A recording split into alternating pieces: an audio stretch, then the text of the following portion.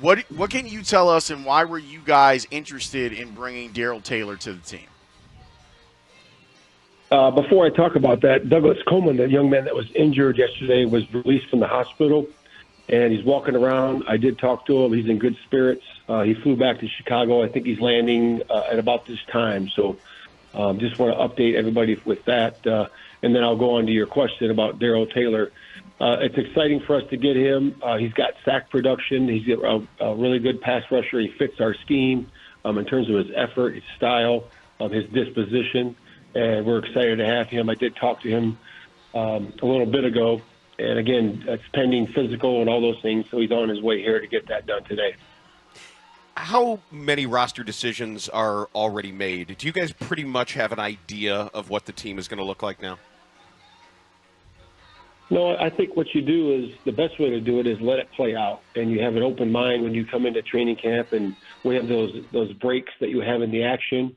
And you do an evaluation of the skill, of the talent you have, and where guys are competing, and you let it play out all the way through. And that's exactly what we do every year, and it's going to be a big meeting that we have here shortly. But, again, we have those conversations ongoing throughout training camp. But that meeting is today? Yeah, it'll be – I have a coordinators meeting here at 1, and I got the personnel meeting will be here about 2 o'clock. Coach, that's great. How much did this last game factor in? We saw a lot of people getting different reps in different parts of the game. I know there are some very crowded position rooms when it comes to who might make the roster and who might not. Yeah, no question. A lot of guys put their best foot forward yesterday, had some really good performances. And there's not a lot of guys out there, so I really want to commend those guys for the effort they put out there. They're playing a lot of snaps in terms of offense and defense, but also on special teams. And man, they have really got to gut it out there. And I just want to thank those guys for their efforts. Are you pleased with how you have been portrayed so far on Hard Knocks, and how much of an effort have you put into shaping that portrayal? I would just say that when we heard we're going to get Hard Knocks, I had a meeting with the players, and I said, guys, just be authentic, be yourself. I said, that's going to be good enough. You guys are great young men. We have a great staff here, great support staff, coaches. I said, just be yourself, be authentic. And, the show does a wonderful job of staying in the background. You barely notice that they're here, and it's been good. Matt, we had a discussion earlier about the cover 2 defense. And my time as a Bears reporter was covering Lovie Smith and what he did, how he improved and evolved the Tampa 2 into the Lovie 2, and what he was doing with Brian Urlacher at the middle linebacker position. I'd love to know, as someone that has played around with this defense for a long time, how have you seen it evolve, and how have you seen maybe positions of strength in that defense change from what it was 10 years ago, 15 years ago, to where it is now? Yeah, I'll start with the latter. I do believe that the positions are pretty much sustained in terms of strength. Your defensive line is always going to be a strength. You want, at least a couple good pass rushers there that affect the game, one at end, one at tackle, preferably. The will linebacker has always been a big part. The Mike linebacker has always been a big part of this defense. The nickel has been an explosive player in this defense. So those are always going to be the hot spots, in terms of positions. And that hasn't changed over time in our system. But what has changed, to answer your first question, is a lot of the coverage contours, the multiplicity of coverage, the multiplicity of pressure. And we have changed and adjusted that over the years, really just to fit, the game and the way the game's evolving every single year. And you got to do that every single year. You got to change and adjust a little bit. But our core beliefs never change. We're going to play fast. We're going to play physical. And we're gonna run and hit, and that's what we've been able to do here during the preseason and the last part of last year. Let me follow up specifically about the corner position now, because like Lawrence is saying, back when we were talking with whether it's Rod Marinelli, even back to Monty Kiffin, people would use the term cover 2 corner almost in a derogatory sense. Well, you can find a cover 2 corner. Guy's on the bigger side, safety type body. He drops to a landmark. He reads the flat. He comes up. He secures a tackle, whatever. But now you've got corners who have played as actual mirror core, run with guys, cover guys who are working within your system. Is that a nod to how good wide receivers have gotten now, that we can't look at just the corner as a fungible spot like it used to be? Yeah, the skill sets of your corners nowadays have to be multiple. You can't just line up there in the flat and reroute a receiver and then play zone the entire time. That was your comment about cover 2 corner. You can't do that anymore. So our guys play multiple coverages. They have multiple skill sets to be able to play man, play match, play zone, different types of zone, and be able to move around a little bit, pressure at times.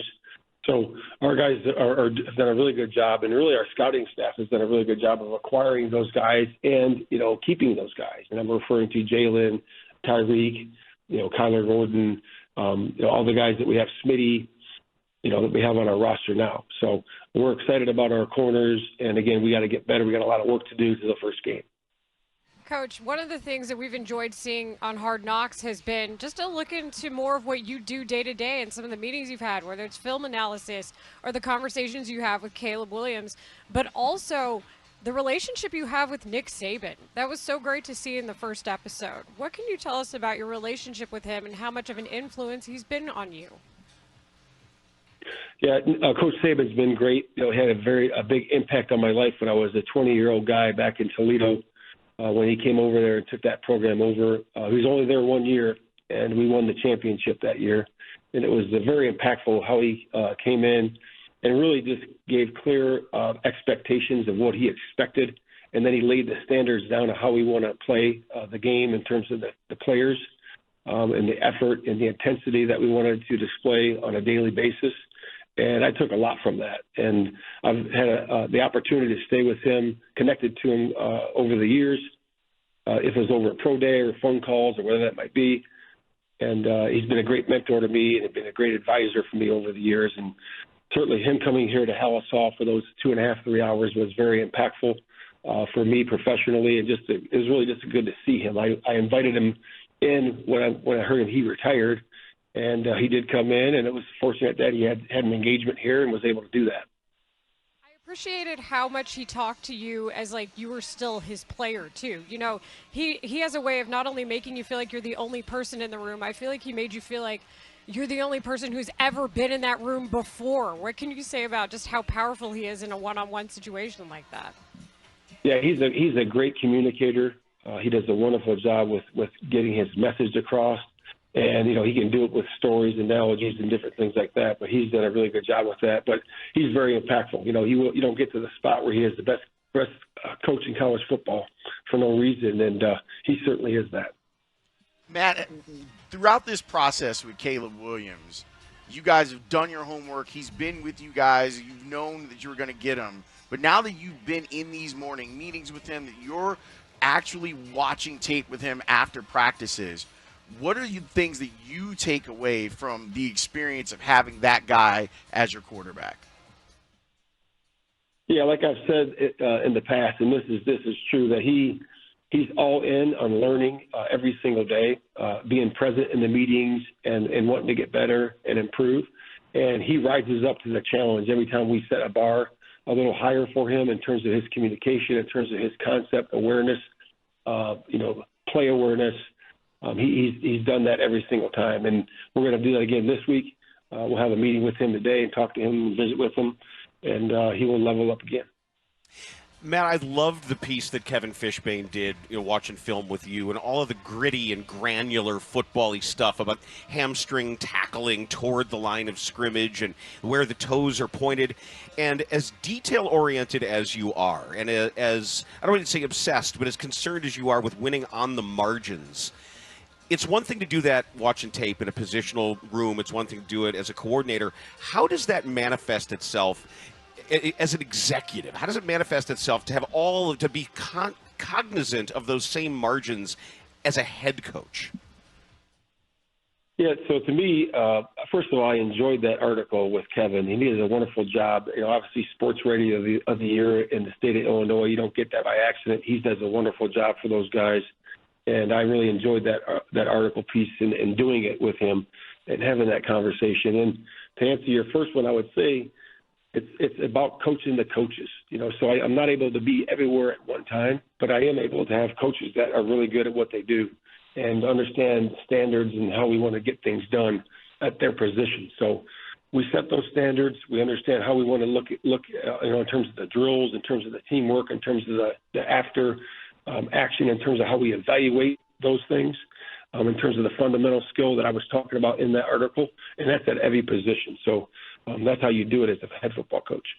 I've been dying to ask you this question, Matt, and it has a little bit to do with what Dan asked.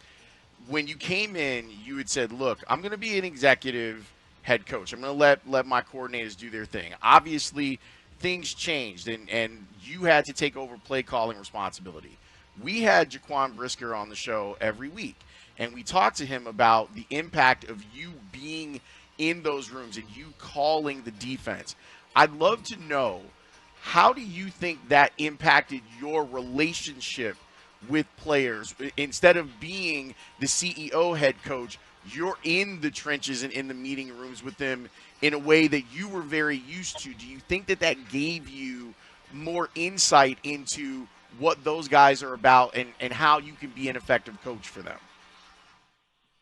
Yeah, I think it's important that, you are in there. No matter what your role is as a head football coach, you have to be connected to each player. And you have to know each player because you have to be able to motivate those guys intrinsically and also extrinsically. So I think it's important that you do that.